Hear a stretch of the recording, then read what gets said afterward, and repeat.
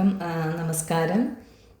നമ്മൾ കഴിഞ്ഞ പ്രാവശ്യവും സോൾ പ്ലാൻ്റെ ഒരു ആക്സിഡൻ്റ് എന്ന ചാപ്റ്ററിൽ ഒരു ഇൻസിഡൻ്റാണ് കണ്ടത്. അതിൽ റോബർട്ട് ഷ്വാർട്സിൻ്റെ സോൾ പ്ലാൻ എന്ന ബുക്കിൻ്റെ കണ്ടിന്യൂവേഷനാണ് നമ്മൾ ഈ ചെയ്യുന്നത്. അപ്പോൾ ഇന്ന് അതിൽ ഒരു സെക്കൻഡ് ഇൻസിഡൻ്റാണ് നമ്മൾ കാണാൻ പോകുന്നത്.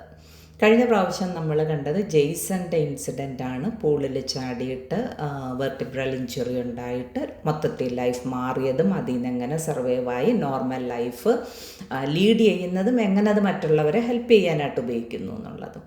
ഇന്ന് കാണുന്നത് കുറേ കൂടി ഇൻറ്റൻസ് ആയിട്ടുള്ള ഒരു ആക്സിഡൻ്റാണ്. അപ്പോൾ അതിൽ നിന്ന് തന്നെ നമുക്ക് കിട്ടുന്ന മെസ്സേജ്, നമ്മൾ ഓരോ വലിയ വലിയ ദുരന്തങ്ങൾ അല്ലെങ്കിൽ അസുഖങ്ങൾ ഒക്കെ കാണുമ്പോഴത്തേക്ക് നമ്മൾ അയ്യോ കഷ്ടം എന്നുള്ള രീതിക്ക് വിലയിരുത്തും. പക്ഷേ ആ സോളിന് അതും കൊണ്ട് ഒരുപക്ഷെ വലിയ പർപ്പസായിരിക്കും ഉദ്ദേശിക്കുന്നത്, അതിൻ്റെ പിന്നിലൊരു റീസൺ ഉണ്ടായിരിക്കും. അതുപോലെയുള്ള ഒരെണ്ണം തന്നെയാണ് ഇതും. കഴിഞ്ഞ പ്രാവശ്യവും നമ്മൾ കണ്ടു ജെയ്സനോടെ പേർപ്പസ് ഉണ്ടായിരുന്നു. അതായത് ശരീരത്തിന് എന്തെങ്കിലും കുഴപ്പം വന്നാലും ഉള്ളിലിരിക്കുന്ന സോള് പെർഫെക്റ്റ് ആണ്. അതുപോലെ തന്നെ മൈൻഡ് പവർഫുള്ളാണെങ്കിൽ അവിടെ ആ ശരീരത്തിൻ്റെ പോരായ്മകളെ അതുകൊണ്ട് തന്നെ നമുക്ക് നികത്താനും പറ്റും എന്നുള്ള മെസ്സേജ് ഇന്ന് നമ്മൾ കാണുന്ന 20 വയസ്സുണ്ടായിരുന്ന ഒരു കുട്ടിയുടെയാണ്. ക്രിസ്റ്റീന എന്നാണ് പേര്. അത് ഇവിടെ പൊമോണ കോളേജിൽ അഡ്മിനിസ്ട്രേറ്റീവ് അസിസ്റ്റൻ്റായിട്ട് വർക്ക് ചെയ്യുമായിരുന്നു. അപ്പം ഒരു നോർമൽ ഡേ വർക്കിന് വന്നു, വൈകുന്നേരം വർക്ക് കഴിഞ്ഞു, ഹസ്ബൻഡിനെ വെയിറ്റ് ചെയ്ത് നിൽക്കുവാണ്. അപ്പം പിക്ക് ചെയ്യാനായിട്ട്. അപ്പോൾ ഹസ്ബൻഡിനെ വെയിറ്റ് ചെയ്ത് നിന്നപ്പം കുറച്ച് ലേറ്റായി. അതെന്തുകൊണ്ടാണ് ഹസ്ബൻഡ് ലേറ്റായി എന്നുള്ളത് നമ്മൾ ഇനി അങ്ങോട്ട് കാണും. കഴിഞ്ഞ തവണയും നമ്മൾ കണ്ടു ആ സോൾ പ്ലാൻ അവർ ചെയ്യുന്ന സമയത്ത്, മീൻസ് ഇങ്ങനെ വേണം എന്ന് സോള് സ്ക്രിപ്റ്റ് ഉണ്ടാക്കുന്ന സമയത്ത് സോൾ മാസ്റ്റേഴ്സ് ചോദിക്കും, നിനക്ക് ഉറപ്പാണോ ഇത് നിൻ്റെ ലൈഫിന് ഇത്രത്തോളം മാറ്റും, ഇത് വേണം എന്ന് ഉറപ്പാണോ? അപ്പോൾ ആ ഉറപ്പാണ് എന്ന് പറയുമ്പോൾ പിന്നെ അത് നടത്താൻ വേണ്ടിയിട്ടുള്ള പ്ലാൻ അവിടെ അതിനനുസരിച്ച് ഹെൽപ്പ് ചെയ്തു കൊടുക്കും സ്പിരിറ്റ് ഗൈഡ്സ്. അപ്പോൾ ഇവിടെ നമ്മൾ കാണും എന്തുകൊണ്ടാണ് ഹസ്ബൻഡ് ലേറ്റായി എന്നുള്ളത്. എനിവേ ലേറ്റായപ്പം ബോസിൻ്റെ മെയിലൊന്ന് നോക്കിയേക്കാം എന്ന് കരുതിയിട്ട് ഈ ക്രിസ്റ്റീനെ എന്ത് ചെയ്തു, മെയിൽ ബോക്സ് നോക്കാനായിട്ട് പോയി. മെയിൽ ബോക്സ് നോക്കാനായി പോയി. അവിടെ ചെന്ന് നോക്കിയപ്പം ആ മെയിൽ ബോക്സിലൊരു പാക്കേജ് ഉണ്ട്. അതെടുക്കാനായിട്ട് കൈ എത്തിയത് പിടിച്ചതും ഭയങ്കര ഒരു വലിയ എക്സ്പ്ലോഷൻ നടന്നു. അത് ബോംബായിരുന്നു. അപ്പം ആ എക്സ്പ്ലോഷൻ്റെ ഇൻറ്റൻസിറ്റി എന്ന് പറഞ്ഞു കഴിഞ്ഞാൽ ആ ഭിത്തിയിലൊക്കെ ഭയങ്കര 6 അടി 7 അടിയുള്ള മെറ്റൽ പീസസും വുഡ് പീസസും ഒക്കെ പോയി തറച്ച് കയറുമായിരുന്നു. 4 ഫ്ലോർ മുകളിലോട്ട് ഗ്ലാസ്സസ് എല്ലാം ബ്രേക്ക് ചെയ്തു പോയി. പിന്നെ അവിടെ അതിൻ്റെ ഇടയിലുള്ള ഒരു മനുഷ്യ ശരീരത്തിൻ്റെ കാര്യം നമുക്ക് പറയണ്ട അല്ലേ. എത്രത്തോളം നമ്മുടെ ശരീരവും നമ്മളൊക്കെ വലിയ ഇതാണെന്ന് കരുതി ഇരിക്കുന്നെങ്കിലും വളരെ ഒരു ചെറിയ ഒരു അറ്റാക്കിനുള്ള കാര്യമേ ഉള്ളൂ. അത് ഏത് തരത്തിലാണെങ്കിലും, ഇവനൊരു ആക്സിഡൻ്റ് ആണെങ്കിൽ തന്നെ അല്ലേ, ജസ്റ്റ് ഒന്ന് തലയൊന്ന് തട്ടിയാൽ മതി അതെവിടാ കൊണ്ടെത്തിക്കുന്നതെന്ന് പലപ്പോഴും നമ്മൾ കാണുന്നുണ്ട്. അപ്പം ക്രിസ്റ്റീനയ്ക്കെന്ന് പറഞ്ഞു കഴിഞ്ഞാൽ 2 ഫിംഗേഴ്സ് നഷ്ടമായി, കണ്ണിലൊക്കെ കുറേ മെറ്റൽ പീസസ് തറച്ച് കയറി, ശരീരം മൊത്തം ഈ ഇതിൻ്റെ മെറ്റൽ ആൻഡ് വുഡ് പീസസ് തറച്ച് കയറി, ഇയർ ഡ്രം പൊട്ടി, അങ്ങനെ ഫുൾ ഡാമേജ്. അപ്പം ഈ ഒച്ചയും ബഹളവും കേട്ട് കൂടെ വർക്ക് ചെയ്തവരെല്ലാം ഓടി വന്നു. പക്ഷേ വന്ന് ക്രിസ്റ്റീനെ അതിൻ്റെ ഇടയിൽ കണ്ടിട്ട് അവർക്ക് തിരിച്ചറിയാൻ പോലും പറ്റിയില്ല. അതേപോലെ ആയിപ്പോയി. ഇതാരാണെന്ന് അവർ ചോദിക്കുന്നത്. അപ്പം കൂടെ ഉള്ളൊരു കോവർക്കർ ആരും ആവട്ടെ CPR കൊടുത്തു, ഹോസ്പിറ്റലിൽ എത്തിച്ചു. പിന്നെ ഉള്ള ഒരു ഇൻറ്റൻസ് പീരീഡായിരുന്നു, കാര്യം ഫുൾ ഡാമേജാണ് വന്നേക്കുന്നത്. അപ്പോൾ അവിടെയും കുറച്ചധികം പ്ലാൻ നമുക്ക് കാണാൻ പറ്റും. ആ ഹോസ്പിറ്റലിൽ ഈ ആക്സിഡൻറ്റ് നടക്കുന്നതിന് ഒരാഴ്ച മുൻപ് ഒരു വൂണ്ട് ഡീബ്രൈഡ് ചെയ്യാനുള്ള ഒരു മെഷീൻ വരുത്തി, അത് മാഗ്നറ്റ് കൊണ്ടുള്ള. അപ്പം മെറ്റൽ പീസസാണ് ഈ മാഗ്നറ്റ് വെച്ച് വലിച്ചെടുക്കത്തക്ക രീതിക്ക്. അപ്പം ഈ ക്രിസ്റ്റീനയുടെ കണ്ണിലെ ഈ മെറ്റൽ പീസസൊക്കെ എടുത്ത് കളഞ്ഞതെന്ന് വെച്ച് കഴിഞ്ഞാൽ ഈ മെഷീൻ ആ സ്പെസിഫിക് ഡയറക്ഷനിൽ കൊണ്ടുവെക്കും. അപ്പം നമുക്കറിയാമല്ലോ, ഇപ്പം ഒരു വുഡ് പീസ് ഇങ്ങനെ മെറ്റൽ പീസ് ഇങ്ങനെ ഇരിക്കുവാണെങ്കിൽ മെഷീൻ കൊണ്ട് ഇവിടെ വെക്കുന്നതെങ്കിൽ അതിങ്ങനെ ഇവിടെ എല്ലാം കീറിയിട്ടായിരിക്കും വരുന്നത്. അപ്പോൾ അതേ ഡയറക്ഷനിൽ കൊണ്ടുവച്ച് അതിനെ പുള്ളി ചെയ്തെടുക്കുക ചെയ്തത്. അപ്പോൾ ആ മെഷീൻ ജസ്റ്റ് 1 വീക്കായിട്ടുള്ള ഹോസ്പിറ്റലുകാർ മേടിച്ചിട്ട് പിന്നെ 10 surgery in the next few months 10 surgery ക്രിസ്റ്റീനയ്ക്ക് കഴിഞ്ഞു. ആ സർജറികളിലൊക്കെ പ്ലാസ്റ്റിക് സർജറി ഇൻക്ലൂഡിങ് ആയിരുന്നു. അപ്പോൾ അതിൽ ഒരെണ്ണം എന്ന് പറഞ്ഞു കഴിഞ്ഞാൽ ഈ സ്കിന്നിലൊക്കെ ഇന്നർ ലെയറിലോട്ട് പിടിച്ചിരിക്കുന്ന ഈ ബോംബിൻ്റെ മെറ്റൽ ഇതുണ്ടല്ലോ, അതിൻ്റെ പൊടികൾ, അതിനെ റിമൂവ് ചെയ്യാൻ വേണ്ടിയിട്ട് അവർക്ക് സർജിക്കൽ മെറ്റൽ സ്ക്രബ് ഉപയോഗിക്കേണ്ടി വന്നു. അത്രത്തോളം ഇൻറ്റൻസ് ആയിരുന്നു എന്നുള്ളതാണ്. അപ്പോൾ ആ ഒരു ഹീലിംഗ് പീരീഡ് നമുക്ക് ഊഹിക്കാം അല്ലേ. നമുക്കൊരു ചെറിയ വയ്യായിക വരുമ്പോൾ തന്നെ നമ്മളൊന്ന് മെൻ്റലി ആദ്യം ഡൗൺ ആയി പോവും, അയ്യോ എനിക്ക് വയ്യല്ലോ എന്നുള്ള ഇതിൽ. അപ്പോൾ ഇത്രയും അധികം ഒരു ഫിസിക്കൽ ഇൽനെസ് അല്ല അത്രത്തോളം ആക്സിഡൻറ്റിൻ്റെ ഇമ്പാക്റ്റ് ഉണ്ടായി. അതും 20 വയസ്സേ ഉള്ളൂ. ആ ഒരു സ്റ്റേജിൽ കൂടെ കടന്നു പോകുമ്പമുള്ള ആ ഒരു ഇമോഷണൽ ടോൾ എന്താണെന്ന് നമുക്ക് ഊഹിക്കാം. സെയിം ക്രിസ്റ്റീനയും അതേ സ്റ്റേജിൽ കൂടെ തന്നെ പോയത്. വളരെ ദേഷ്യം നാച്ചുറലി ഉണ്ടാവുമല്ലേ, ഞാനൊന്നും ചെയ്തിട്ടില്ല എന്നിട്ടും എന്തിനു ഒരു ബോംബ് കൊണ്ടുവന്ന് വെച്ച് ഉപദ്രവിച്ചു. എന്നെ ആയാലും മറ്റുള്ളവരെ ആയാലും കുറ്റം ചെയ്യാത്തവരെയാണ് അവിടെ ഉപദ്രവിക്കപ്പെടുന്നത് അല്ലേ. അപ്പോൾ എന്തിനങ്ങനെ ചെയ്തു? പിന്നെ അതിനുള്ള frustration, Y me always comes അല്ലേ, എന്തുകൊണ്ട് എനിക്കിത് വന്നു, ഞാനൊന്നും ചെയ്തിട്ടില്ലല്ലോ, ഞാനാരെ ഉപദ്രവിക്കാൻ പോകുന്നില്ലല്ലോ എന്നുള്ള ഒരു ഫീലിംഗ്. അപ്പം ആ ഒരു ഇൻറ്റൻസ് പീരീഡിൽ കൂടാണ് കടന്നു പോകുന്നത്.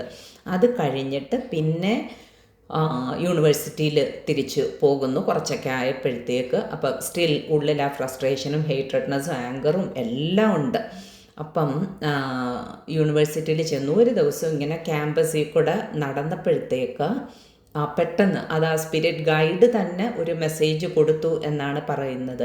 ഉള്ളിൽ തോന്നി, you are like equal to anyone else.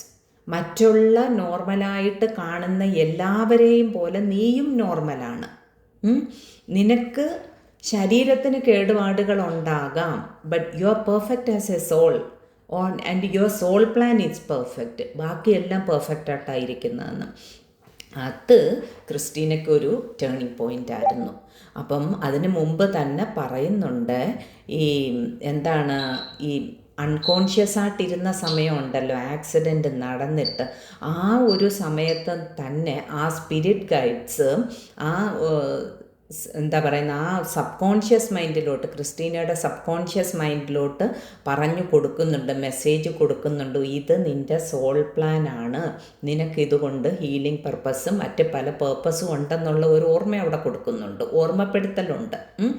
അപ്പം ഈ ഒരു മെസ്സേജും കൂടെ ആയപ്പോഴത്തേക്ക് അവിടെ ഭയങ്കര ഒരു ചേഞ്ചായി ക്രിസ്റ്റീനയ്ക്ക്. അപ്പം ഞാൻ നോർമലാണ് എന്നുള്ള ഒരു ഫീലിങ്. പിന്നെ അവിടെ ഒരു വലിയ 2 കാര്യങ്ങൾ വന്നു പറഞ്ഞാൽ ഫൊർഗീവ്നെസ് വന്നു. തന്നോടും അതുപോലെ തന്നെ ആ ആക്സിഡൻറ്റ് നടന്ന സിറ്റുവേഷനോടും നടത്തിയ ആളോടും എല്ലാം ക്ഷമിക്കാനുള്ള ഒരു മനസ്സ് വന്നു. അനദർ ബിഗ് പോയിൻ്റ് വാസ്, നമ്മളെപ്പോഴും പറയത്തില്ലേ സോളിനിതൊക്കെ ഒരു എക്സ്പീരിയൻസ് മാത്രമാണ്. നമ്മളൊരു മൈൻഡല്ലേ പേഴ്സൺ തലത്തിൽ വരുമ്പോഴാണ് ഒരു സിറ്റുവേഷനെ കണ്ടിട്ട് നമ്മളവിടെ ജഡ്ജ് ചെയ്യും, നല്ലതാണോ ചീത്തയാണോ. അവിടെയാണ് സഫറിങ് വരുന്നത്. അതല്ലേ ഇതെല്ലാം ഇങ്ങനെ സ്ക്രീനിൽ കൂടെ പോകുന്ന സീൻസ് പോലെ അങ്ങ് പോകും. നമ്മളവിടെ സാക്ഷിയായിട്ട് നമ്മുടെ ശരിയായിട്ടുള്ള ഭാവം ആ വിറ്റ്നസ് സോൾ നോക്കിയിരുന്നുണ്ടാൽ മതി. അവിടെ ഇമ്പാക്റ്റ് ചെയ്യപ്പെടുന്നില്ല നമ്മൾ. അപ്പം ആ ന്യൂട്രൽ സ്പേസിൽ നിന്നും ജീവിതത്തെയും മറ്റ് സാഹചര്യങ്ങളെയും കാണാനുള്ള ഒരു വലിയ പാഠം ക്രിസ്റ്റീനയ്ക്ക് അവിടെ നിന്ന് കിട്ടി. അപ്പോൾ ആ ഒരു ഇൻസിഡൻറ്റ് തന്നെയായിരുന്നു, ആ ഒരു ദിവസത്തെ ആ ഒരു മെസ്സേജ് തന്നെ പല പല ഇമ്പാക്ട്സ് ക്രിസ്റ്റീനയ്ക്ക് ഉണ്ടാക്കി. അത് കഴിഞ്ഞതിന് ശേഷം പിന്നെ ക്രിസ്റ്റീന പലയിടത്തും ഇപ്പോൾ ഹോസ്പിറ്റൽസിലൊക്കെ വോളണ്ടിയർ ചെയ്തിട്ട് അവിടെ ഇപ്പം ഈ ന്യൂറോ കണ്ടീഷൻസ് എന്ന് പറയുമ്പം ഒത്തിരി നമ്മൾ വയ്യായ്ക വന്നു പോവും. ഫിസിക്കലി ഒന്ന് ക്ഷീണം ഭയങ്കരമായിട്ടുണ്ടാകും, പിന്നെ കയ്യും കാലുമൊക്കെ അനക്കാനുള്ള ബുദ്ധിമുട്ട്, അല്ലെങ്കിൽ അതായത് നമ്മുടെ ഡെയിലി ലൈഫിനെ ഇമ്പാക്റ്റ് ചെയ്യത്തക്ക രീതിക്കുള്ള കാര്യങ്ങളാണ് ന്യൂറോ പ്രോബ്ലംസ് ഉണ്ടാകുമ്പോഴത്തേക്ക് വരുന്നത്. മനസ്സിനെയും അഫക്റ്റ് ചെയ്യും, എല്ലാ തരത്തിലും ഇമ്പാക്റ്റഡ് ആവും. അപ്പോൾ അങ്ങനെയുള്ള പേഷ്യൻസിനെ കണ്ടിട്ട് ക്രിസ്റ്റീന ഈ കാര്യങ്ങളൊക്കെ പറയുകയും അവർക്ക് ഹീലിങ്ങിന് ഹെൽപ്പ് ചെയ്യുകയും ചെയ്യും. അത് ആക്ച്വലി ഒരു വലിയ കാര്യമാണ്. അതായത് ഇപ്പോൾ ക്രിസ്റ്റീന ചെന്ന് ക്രിസ്റ്റീനയുടെ ലൈഫിനെ പറ്റി അവരോട് പറയുമ്പം അവർ തിരിച്ച് പറയുന്നത്, ഇത്രയും വലിയ ഒരു സിറ്റുവേഷൻ കഴിഞ്ഞ് നീ ഇപ്പം നോർമലായിട്ട് ഇങ്ങനെ നിന്ന് ഞങ്ങളോട് സംസാരിക്കുന്നെങ്കിൽ ഞങ്ങൾക്കും റിക്കവർ ചെയ്യാൻ പറ്റും. ആ മനസ്സിൽ കിട്ടുന്ന ഒരു പോസിറ്റിവിറ്റി ഉണ്ടല്ലോ, അത് ഭയങ്കര വലുതാണ്. അത് ഹീലിങ്ങിന്, ഫാസ്റ്റ് ഹീലിങ്ങിന് ഹെൽപ്പ് ചെയ്യും അവിടെ. അപ്പം അത് ശരിക്കും എനിക്ക് അനുഭവമാണ്. ഞാൻ മുമ്പും പറഞ്ഞിട്ടുള്ള, എനിക്ക് 40 വയസ്സുള്ളപ്പോൾ ഒരു മിനി സ്ട്രോക്ക് വന്നിട്ടുള്ളതാണ്. മിനി സ്ട്രോക്ക് ആണെങ്കിലും കാഴ്ചയ്ക്കെന്ന് പറഞ്ഞാൽ കാഴ്ചയുണ്ട്, പക്ഷേ ഡബിൾ വിഷനാണ്. ഒന്നും എല്ലാം ഇങ്ങനെ രണ്ടാട്ടി ഉള്ളപ്പം വ്യക്തതയില്ല, ഫോക്കസ് ചെയ്യാൻ പാടാണ്. അപ്പം ഇങ്ങനെ നല്ല വയസ്സായി കാണാൻ വയ്യാത്തവരിങ്ങനെ കണ്ണ് ചുളിച്ച് നോക്കും പോലെ വേണം, ബുദ്ധിമുട്ട് വേണം എനിക്ക് ഓരോന്നും നോക്കാൻ, എന്നാൽ തന്നെ നേരെ വ്യക്തമാകില്ല. പിന്നെ ബാലൻസ് ഇല്ല. അപ്പം എഴുന്നേറ്റിപ്പം നടന്നു കഴിഞ്ഞാൽ നടക്കാൻ പറ്റും, പക്ഷേ മറിഞ്ഞ് വീണ് പോകും. പിന്നെ കുറേ ദിവസം കഴിഞ്ഞപ്പോഴത്തേക്ക് തെറാപ്പിയൊക്കെ കിട്ടിക്കഴിഞ്ഞപ്പം നടക്കാം, പക്ഷേ ഇങ്ങനെ സ്ട്രെയിറ്റ് ലൈനിൽ. അപ്പം ഒരിച്ചിരി ഒന്ന് അങ്ങോട്ടോ ഇങ്ങോട്ടോ എൻ്റെ തലയൊന്ന് മാറിപ്പോയി കഴിഞ്ഞാൽ ഞാൻ റൈറ്റിലോട്ട് മറിഞ്ഞ് വീണ് പോകും. ആ സമയത്തൊക്കെ ഞാൻ മനസ്സിലാക്കിയ കാര്യമാണ്, നമ്മളറിയാതെ നമ്മുടെ ശരീരം എത്രത്തോളം കോംപ്ലക്സായി പ്രവർത്തിക്കുന്നു. നമ്മളിപ്പം നോർമലി നടക്കുമ്പോൾ നമ്മൾ എന്തൊക്കെ കാര്യം, ഒരു കാലം അതിൻ്റെ പാട്ടിന് നടന്നു പോകുന്നു, നമുക്കതിൻ്റെ ഇടയ്ക്ക് എന്തൊക്കെ ബിസിനസ്സല്ലേ.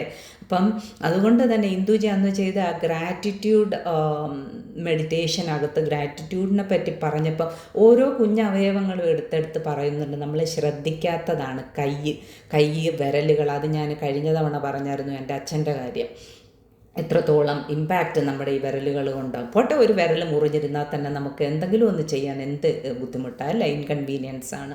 അതുപോലെ തന്നെ കാല്, നമ്മൾ വെറുതെ നടക്കുന്നു, അങ്ങനല്ല, ഉള്ളിൽ ഒത്തിരിയും അതിൻ്റെ കോംപ്ലക്സ് പ്രവർത്തനങ്ങൾ നടക്കുന്നുണ്ട്. അപ്പോൾ അതിനോടൊക്കെ നന്ദി ഉണ്ടാവുക എന്ന് പറഞ്ഞാൽ അത് വേണ്ട കാര്യം തന്നെയാണ്. അപ്പം ഈ ഒരു സിറ്റുവേഷനിൽ നിൽക്കുമ്പോഴായാലും ഞാൻ ഡോക്ടേഴ്സിനോട് അന്ന് ചോദിച്ച കാര്യം, ഇത് 2 ആഴ്ചയോ 2 മാസമോ പോട്ടെ 2 വർഷമായാൽ പോലും കുഴപ്പമില്ല, എനിക്ക് ഒറ്റ കാര്യം അറിഞ്ഞാൽ മതി, എനിക്കിത് മാറുമോ, ഞാൻ ബാക്ക് ടു നോർമൽ ആകുമോ എന്ന് മാത്രം എനിക്കറിഞ്ഞാൽ മതി. അപ്പോൾ അവർ പറഞ്ഞ്, ഞങ്ങൾക്ക് അങ്ങനെ പറയാൻ പറ്റില്ല, ഡിപ്പെൻഡ്സ്, നിൻ്റെ കണ്ടീഷൻ, നിൻ്റെ ശരീരത്തെ മീൻസ് നിൻ്റെ ഒരു ടോട്ടൽ കാര്യങ്ങൾ പല ഫാക്ടേഴ്സിനെ ഡിപ്പെൻഡ് ചെയ്തിരിക്കുവാണ്. ഒരു 2 years വരെ ഇമ്പ്രൂവ്മെൻറ്റ് പ്രതീക്ഷിക്കാം, അതിനകത്തും ഒരു ഇമ്പ്രൂവ്മെൻറ്റും വന്നില്ല എന്നുണ്ടെങ്കിൽ പിന്നെ പ്രയാസമാണ് എന്ന് പറഞ്ഞു. ഭയങ്കര ബുദ്ധിമുട്ടായിരുന്നു എനിക്കാര്യം. എനിക്ക് ആകെ ഒരു പോസിറ്റീവ് വാക്കാണ് എനിക്ക് അന്നേരം വേണ്ടുന്നത്, അത് അവിടുന്ന് കിട്ടിയില്ല. പിന്നെ എൻ്റെ ഹസ്ബൻഡ് ഒരു ഫ്രണ്ട്, ആ ഫ്രണ്ട് പറഞ്ഞു, പുള്ളിയുടെ ഒരു ഫ്രണ്ടിന് സെയിം കണ്ടീഷൻ വന്നു, ഒരാഴ്ച കഴിഞ്ഞപ്പോൾ പുള്ളി എഴുന്നേറ്റ് ബാക്ക് ടു നോർമൽ എല്ലാ കാര്യങ്ങളും ചെയ്യാൻ തുടങ്ങി എന്ന് പറഞ്ഞു. അപ്പോഴും എനിക്ക് വിശ്വാസമില്ല. അപ്പം കാര്യം ഞാൻ ഓർക്കുന്നത്, ഹസ്ബൻഡ് എന്നെ മോട്ടിവേറ്റ് ചെയ്യാൻ വേണ്ടി പറയുവാണോ എന്നുള്ള കാര്യമാണ്. അപ്പം ഞാൻ പറഞ്ഞു, എനിക്ക് ആളിനെ കാണണം എന്ന് പറഞ്ഞു, എന്നാലേ നമുക്കൊന്ന് കൺവിൻസിങ് ആവത്തുള്ളൂ. ആൾ വന്നില്ല, അത് വേറൊരു കാര്യം. പക്ഷേ അതിനുശേഷം ഞാൻ റിക്കവർ ആയതിനു ശേഷം ഞാൻ വളരെ പ്രയോറിറ്റി കൊടുക്കുന്ന ഒരാൾ, ആരെങ്കിലും ആ ഒരു കണ്ടീഷനിലുണ്ടെന്നറിഞ്ഞാൽ എനിക്കിപ്പോൾ പറയണമെങ്കിൽ എനിക്ക് വന്ന കണ്ടീഷൻ വെച്ചിട്ടേ എനിക്ക് പറയാൻ പറ്റത്തുള്ളൂ, അല്ലേ. അപ്പം ഈവൻ എനിക്ക് വന്ന വളരെ ഒരു മൈന്യൂട്ട് സാധനമാണ്, എന്നിട്ട് അതിന് എത്ര ഇമ്പാക്റ്റ് ഉണ്ട്. അപ്പം മേജറായിട്ട് സ്ട്രോക്ക് വന്നവരാണെങ്കിൽ പോലും എനിക്ക് ഏതെങ്കിലും തരത്തിൽ പരിചയമോ അതോ കേട്ടറിഞ്ഞോ ഉള്ളതാണെങ്കിൽ പോലും ഞാൻ വിളിക്കുകയോ പോയി കാണുകയോ ചെയ്തിട്ട് ഞാൻ പറയുന്നതൊക്കെ എനിക്കിങ്ങനെ ഒരു സിറ്റുവേഷൻ വന്നാൽ ഇത്രയ്ക്ക് പ്രോബ്ലംസ് ഉണ്ടായിരുന്നേ, ഞാനിപ്പം കണ്ടോ ബാക്ക് ടു നോർമലായി, നിങ്ങൾക്കും പറ്റും എന്നുള്ള ഒരു കാര്യം എനിക്ക് പറഞ്ഞു കൊടുക്കാൻ പറ്റും. അപ്പോൾ ആ ഒരു ഇത് വായിച്ചപ്പം എനിക്ക് നന്നായിട്ട് എനിക്കത് മനസ്സിലായി, അവിടെ എന്താണ് ഓരോ കാര്യങ്ങൾ ഓരോ രീതിക്ക് വരുന്നത്. അപ്പം ക്രിസ്റ്റീനെ അത് തന്നെ ചെയ്തു. എന്നിട്ട് അപ്പോൾ ആ ഫീൽഡിലുള്ള ഒരു ഇമ്പാക്റ്റ് മനസ്സിലാക്കിയിട്ട് സ്പീച്ച് ഉണ്ടല്ലോ, സ്പീച്ച് ലാംഗ്വേജ് ആൻഡ് പത്തോളജി എന്നും പറഞ്ഞ് നമ്മളിപ്പോൾ ഒരുപാട് പേര് അതിൻ്റെ ഡിഗ്രിയും കാര്യങ്ങളൊക്കെ എടുക്കുന്നുണ്ട്. കാര്യം ഓട്ടിസം അങ്ങനെയുള്ള കമ്മ്യൂണിക്കേഷൻ പ്രോബ്ലം ഉള്ള കുട്ടികൾക്ക്, സ്ട്രോക്ക് അല്ലെ ന്യൂറോ ഡിസീസസ് വന്നിട്ട് പ്രോബ്ലം ഉള്ളവർക്കൊക്കെ ഹെൽപ്പ് ആകാനായിട്ട്. അപ്പം അതിൽ PhD എടുത്തു, ആ ഏരിയയിൽ വർക്ക് ചെയ്യുന്നു. ബേസിക്കലി ആളതിൽ ഒരു നല്ല ലീഡറായി തൗസൻഡ്സ് ഓഫ് ആൾക്കാരെ ഹീൽ ചെയ്യുന്ന ഒരു വ്യക്തിയായിട്ട് മാറി. അപ്പം ഇനി ഇതിൻ്റെയൊക്കെ സോൾ പ്ലാൻ നോക്കിയപ്പം ക്രിസ്റ്റീന തന്നെയാണ് ഇങ്ങനൊരു പ്ലാൻ ഉണ്ടാക്കിയത്. അപ്പോൾ ഉണ്ടാക്കിയപ്പം ക്രിസ്റ്റീനയുടെ ഇപ്പോഴത്തെ അമ്മ, അച്ഛൻ, ഒരു വളരെ അടുത്ത സുഹൃത്ത്, അവർ 3 പേര് ചോദിക്കുന്നുണ്ട്, ഇത്രയ്ക്കൊരു ഇൻറ്റൻസ് ആയിട്ടുള്ള ഒരു സാഹചര്യത്തെ നിനക്ക് നേരിടാൻ പറ്റുമോ? കാര്യം ബോഡി എന്നൊക്കെ പറഞ്ഞ് ഇങ്ങനെ മൊത്തത്തിൽ പോയ ഒരു സിറ്റുവേഷനാണ്. അപ്പോൾ ക്രിസ്റ്റീന പറയുന്നത് ഇതിനേക്കാളും വലുതാണെങ്കിലും എന്നെക്കൊണ്ട് ഹാൻഡിൽ ചെയ്യാൻ പറ്റും എന്നുള്ള ഒരു വിശ്വാസം അവിടെ. അപ്പം ആ സോൾ പ്ലാനിങ്ങിൻ്റെ സമയത്ത് നമ്മുടെ ആ ഒരു പർപ്പസ് അനുസരിച്ച് അത്രത്തോളം ഇൻറ്റൻസ് ആയിട്ടാണ് നമ്മൾ അവിടെ ഡെഫിനറ്റ് ആയിട്ടാണ് ഉണ്ടാക്കുന്നത്. ജെയ്സൻ്റെ ഇതിലും കണ്ടു, ജെയ്സൺ ഭയങ്കര എക്സൈറ്റഡ് ആയിട്ടാണ് ആ പ്ലാൻ ക്രിയേറ്റ് ചെയ്യുന്നത്. അപ്പോഴും എന്നിട്ടോ 10 വയസ്സ് മുതൽ ആ ഒരു സിറ്റുവേഷനിലാവാനാണ്. പക്ഷെ അവിടെ അമ്മ കയറി തടസ്സം നിന്നിട്ടാണ് ആ പ്ലാൻ ഇല്ലാതാവുന്നത്. അപ്പം ആ സോൾ പ്ലാനിൽ ചെയ്താൽ ഇനി എന്തുകൊണ്ട് ചെയ്തു? മുൻപുള്ള ജന്മത്തിലും ക്രിസ്റ്റീനയ്ക്ക് വളരെ ഒരു സോഷ്യലി ഒരു 2 റിലിജിയൻസ് തമ്മിൽ വളരെ ഇഷ്യൂസ് ഉണ്ടായിക്കൊണ്ട് ഭയങ്കര വയലൻസും കാര്യങ്ങളും നടന്നുകൊണ്ടിരുന്ന സമയത്തും ക്രിസ്റ്റീന ആൾക്കാരെ ഹെൽപ്പ് ചെയ്തിട്ടുണ്ട്. പക്ഷെ അന്ന് മറഞ്ഞിരുന്നും കൊണ്ടാണ്. അതിൽ ഇൻവോൾവ് ആയിട്ടുള്ളവർക്ക്, പക്ഷെ ആ നല്ല കാര്യങ്ങൾ ചെയ്തും കൊണ്ടിരുന്നവർക്ക് ഭക്ഷണം കൊടുക്കുക, അവർക്ക് താമസിക്കാൻ ഇടം കൊടുക്കുക, അവരെ ഒരു സ്ഥലത്ത് നിന്നും വേറൊരു സുരക്ഷിതമായ സ്ഥലത്തേക്ക് പോകാൻ സഹായിക്കുക, എങ്ങനെ തുടങ്ങിയ കാര്യങ്ങൾ ഒക്കെ സഹായിച്ചിട്ടുണ്ട്. അപ്പോൾ അതിൻ്റെ ഒരു കണ്ടിന്യൂവേഷൻ. അപ്പം ഇത്തവണ ക്രിസ്റ്റീനയെ ചൂസ് ചെയ്തത്, ഇത്തവണ ഞാൻ മറഞ്ഞിരുന്നും കൊണ്ടല്ല, ഞാൻ പുറം ലോകത്തേക്ക് വന്നിട്ട് തന്നെ മറ്റുള്ളവർക്ക് വേണ്ട ഹെൽപ്പ് കൊടുക്കുന്നു. പിന്നെ ക്രിസ്റ്റീന ഭയങ്കര ഫാസിനേറ്റഡ് ആയിരുന്നു പണ്ട് മുതലേ, അതായത് മുൻ ജന്മങ്ങളിലും മനസ്സിൻ്റെ പവർ, ഒരു പോസിറ്റീവ് മൈൻഡിന് ഒരു ശരീരത്തെയും നമ്മുടെ എക്സ്റ്റേണൽ സിറ്റുവേഷൻസിനെയും ഹീൽ ചെയ്യാനും ഹാൻഡിൽ ചെയ്യാനും എത്രത്തോളം പറ്റും എന്നുള്ള കാര്യങ്ങൾ നമ്മൾ മുമ്പും പറഞ്ഞിട്ടുണ്ട്. Pain is inevitable but suffering is A choice. ജീവിതത്തിൽ ദുഃഖങ്ങളും വിഷമങ്ങളും വരുന്നത് ഇനെവിറ്റബിൾ ആണ്, അത് വരും, നമ്മൾ തന്നെ കൊണ്ടുവന്നതാണ്. എങ്ങനെ ഹാൻഡിൽ ചെയ്യണം എന്നുള്ളത് നമ്മുടെ കയ്യിലാണ്. സഫർ ചെയ്യണോ വേണ്ടയോ, അതല്ലെങ്കിൽ ഇതിൻ്റെ പിന്നിലുള്ള കാര്യങ്ങൾ മനസ്സിലാക്കി, ശരി എനിക്കങ്ങനെ ഒരു സിറ്റുവേഷൻ ഉണ്ടായി, എൻ്റെ കർമ്മം അവിടെ കഴിഞ്ഞു പോകുന്നു, അല്ലെ ഇതിൽ നിന്ന് എന്താണ് എനിക്ക് പഠിക്കാനുള്ളത്, പഠിച്ച് ജീവിതത്തിൽ അപ്ലൈ ചെയ്ത് ഞാൻ മുന്നോട്ട് പോകുന്നു, എന്നെക്കൊണ്ട് പറ്റുന്ന സേവനങ്ങൾ ഞാൻ മറ്റുള്ളവർക്ക് ചെയ്യുന്നു, അതോടുകൂടി ടോട്ടലി ആ കർമ്മം അവിടെ കഴിഞ്ഞു, ഞാൻ രക്ഷപ്പെട്ടു അതിൽ നിന്ന്, ഇല്ലെങ്കിൽ ഇത് വന്നുകൊണ്ടേയിരിക്കും. അപ്പോൾ ആ ഒരു അണ്ടർസ്റ്റാൻഡിങ്ങോട് കൂടി മെച്യൂറായിട്ട് അതിനെ ഡീല് ചെയ്യുന്നോ, റെസ്പോണ്ട് ചെയ്യുന്നോ, റിയാക്റ്റ് ചെയ്യുന്നോ. ഓരോ തവണയും നമ്മളൊരു സിറ്റുവേഷനോട് റിയാക്റ്റ് ചെയ്യുമ്പം നമ്മളവിടെ കൂടുതൽ ഫലങ്ങൾ ക്രിയേറ്റ് ചെയ്യുന്നത്. കൊണ്ടുവന്നതൊട്ട് പോകുന്നതുമില്ല, കൂടുതൽ കുരുക്ക് ക്രിയേറ്റ് ചെയ്തുകൊണ്ടേയിരിക്കുന്നു. അപ്പോൾ അതാണ് അവിടെ വേറൊരു സിറ്റുവേഷൻ. ഇനി ഇവിടെ എന്തുകൊണ്ട് അപ്പോൾ ഈ ലൈഫിലും മറ്റുള്ളവരുടെ പ്രാക്ടിക്കൽ ആൻഡ് സ്പിരിച്വൽ ലൈഫിനെ ഹെൽപ്പ് ചെയ്യുക എന്നുള്ളതായിരുന്നു ക്രിസ്റ്റീനയുടെ ഉദ്ദേശം. അതിൻ്റെ കൂടെ ഒരു കാര്യം കൂടെ ഉണ്ട്. ഇവിടെ ബോംബ് വെച്ച ആളില്ലേ, ആ ആളും ക്രിസ്റ്റീനയുടെ സോൾ ഫാമിലിയിലുള്ളതായിരുന്നു. അപ്പം നമ്മളെപ്പോഴും എല്ലാവർക്കും അറിയാവുന്ന തന്നെ, നമ്മളെ ഒരു സോൾ ഗ്രൂപ്പിലുള്ളവർ ചേർന്നിരുന്നിട്ടാണ് ബാക്കിയെല്ലാം പ്ലാൻ ചെയ്യുന്നത്. അവർ തന്നെ ഇങ്ങനെ റോള് മാറി എടുക്കുക. ആ ഒരൊറ്റ പോയിൻ്റ് മതി ഈ ലൈഫിൻ്റെ ആ ഒരു ഗെയിം പാർട്ട് നമുക്ക് മനസ്സിലാക്കാനായിട്ട്. ഒരു സ്ഥിരമായി നാടകം കളിക്കുന്നവർ ഓരോ ഡിഫറെൻറ്റ് നാടകത്തിലും പല റോൾ, ഇവിടെ ഞാൻ അച്ഛനായിരുന്നു, ഓക്കെ, അവിടെ ഞാൻ സുഹൃത്തായിട്ട് വരാം, അല്ലെങ്കിൽ അമ്മ പിന്നീട് മകളായിട്ട് വരാം, സഹോദരിയായിട്ട് വരാം, അങ്ങനെ റോള് മാറ്റിയെടുക്കുന്ന അതേപോലെ റോൾ എടുത്തിട്ടാണ് നമ്മളും വരുന്നത്. അപ്പം ഈ ബോംബ് അവിടെ വെച്ചയാളും ക്രിസ്റ്റീനയുടെ സോൾ ഫാമിലിയിൽ വരുന്നതായിരുന്നു. പക്ഷെ പുള്ളിക്കൊരു പ്രോബ്ലം ഉണ്ട്, കമ്മ്യൂണിക്കേഷൻ്റെ പ്രോബ്ലം ഉണ്ട്. അതായത് ഉള്ളിലുള്ള കാര്യങ്ങൾ വാക്കുകൾ വഴി പുറത്തേക്ക് കമ്മ്യൂണിക്കേറ്റ് ചെയ്യാൻ പറ്റുന്നില്ല. ഇപ്പം നമുക്കറിയാം, ഒരു കൊച്ചുകുട്ടി, 1 വയസ്സുള്ള ഒരു കുട്ടി, അതിന് സംസാരിക്കാൻ അറിഞ്ഞൂടാ. അപ്പം അതിന് വിശന്നാലും അതിൻ്റെ ഡയപ്പർ നനഞ്ഞാലും അതിനിപ്പം വയറുവേദന ഉണ്ടായാലും മറ്റെന്തെങ്കിലും അസ്വസ്ഥതയാണെങ്കിലും ആ കുഞ്ഞെങ്ങനെ കമ്മ്യൂണിക്കേറ്റ് ചെയ്യുന്നത്? ഉറക്കെ കരയും അല്ലേ? അത് അതിൻ്റെ മെത്തേഡ് ഓഫ് കമ്മ്യൂണിക്കേഷൻ കാര്യം അതിന് അങ്ങനെ ആ സമയത്ത് അറിയത്തുള്ളൂ ചെയ്യാനായിട്ട്. അതുപോലെ ഈ ബോംബ് വെച്ച ആളാണെങ്കിൽ അയാൾക്ക് അയാളുടെ ഉള്ളിലുള്ള കാര്യങ്ങൾ പുറമേ വേണ്ട വിധത്തിൽ മറ്റുള്ളവരോട് കമ്മ്യൂണിക്കേറ്റ് ചെയ്യാൻ പറ്റുന്നില്ല. അപ്പം അതിന് പുള്ളി ഉപയോഗിച്ചു കൊണ്ടേയിരുന്ന ഒരുപാട് ജന്മങ്ങളായി പുള്ളി ഉപയോഗിച്ചു കൊണ്ടേയിരുന്ന ഒരു മെത്തേഡാണ് ബോംബ് എക്സ്പ്ലോഷൻ പോലെയുള്ള കാര്യങ്ങൾ. പല വയലൻ്റ് ഇൻസിഡൻസിൽ മുൻ ജന്മങ്ങളിലും ഒക്കെ ഇൻവോൾവ് ആയിട്ടുണ്ട്. അപ്പോൾ ബേസിക്കലി ഈ ഒരു പാറ്റേണിൽ ആ ഒരു സോള് സ്റ്റക്കായി നിൽക്കുവാണ്. വേർഡ്സിൽ കൂടെ കമ്മ്യൂണിക്കേറ്റ് ചെയ്യാൻ പറ്റുന്നില്ല. ക്രിസ്റ്റീനയ്ക്ക് ആ ആളിനെയും ഹെൽപ്പ് ചെയ്യണം, ആ സോളിനെയും ഹെൽപ്പ് ചെയ്യണം. അപ്പോൾ ക്രിസ്റ്റീന പറഞ്ഞ് ശരി, ഈ ജന്മത്തിലും നീ ആ മെത്തേഡ് തന്നെ ഉപയോഗിച്ചു, പക്ഷെ അത് നീ എന്നിലേക്കായിക്കോട്ടെ അത് വരുന്നത്.